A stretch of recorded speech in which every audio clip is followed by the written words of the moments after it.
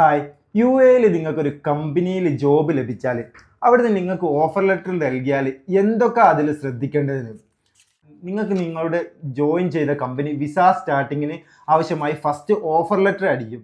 ആ ഓഫർ ലെറ്ററിൽ നിങ്ങൾ സൈൻ ചെയ്ത് കൊടുത്തതിന് ശേഷമാണ് നിങ്ങളുടെ വിസ പ്രോസസ്സിംഗ് സ്റ്റാർട്ട് ചെയ്യുന്നത്. ഓഫർ ലെറ്ററിൽ നിങ്ങൾ കറക്റ്റ് ശ്രദ്ധിക്കണം. നിങ്ങളുടെ നെയിം നിങ്ങൾ ക്രോസ് ചെക്ക് ചെയ്യണം.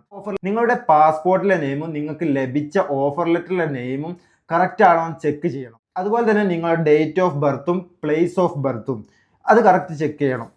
പിന്നെ നിങ്ങളുടെ ഓഫർ ലെറ്ററിൽ നിങ്ങൾ ചെക്ക് ചെയ്യേണ്ടത് ആർട്ടിക്കിൾ 1 അതിൽ നിങ്ങളുടെ വർക്കിംഗ് ഡേയും വർക്കിംഗ് അവറും മെൻഷൻ ചെയ്തിട്ടുണ്ടാവും. പിന്നെ അതുപോലെ തന്നെ ആർട്ടിക്കിൾ 1 ഡെസിഗ്നേഷൻ നിങ്ങളുടെ പ്രൊഫഷൻ ഏതാണെന്ന് മെൻഷൻ ചെയ്തിട്ടുണ്ടാവും. പിന്നെ പ്രൊബേഷൻ പീരീഡും അതിൽ മെൻഷൻ ചെയ്തിട്ടുണ്ടാവും.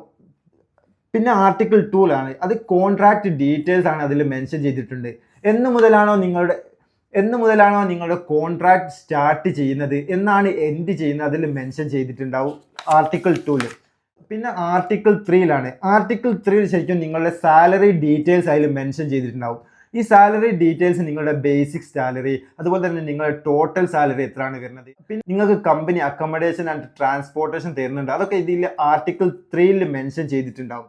പിന്നെ വരുന്നത് ആർട്ടിക്കിൾ 4 അതിൽ അഡീഷണൽ ടേംസ് ആണ് മെൻഷൻ ചെയ്തിട്ടുണ്ടാകുക.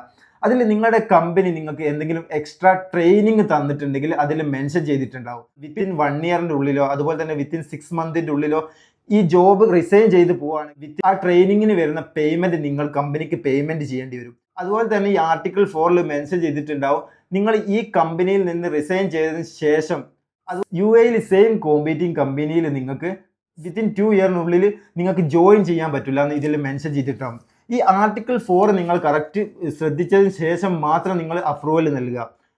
അപ്പോൾ നിങ്ങൾക്കൊരു ഓഫർ ലെറ്റർ ലഭിച്ചാൽ ഇത്രയും കാര്യം ശ്രദ്ധിക്കുക. താങ്ക്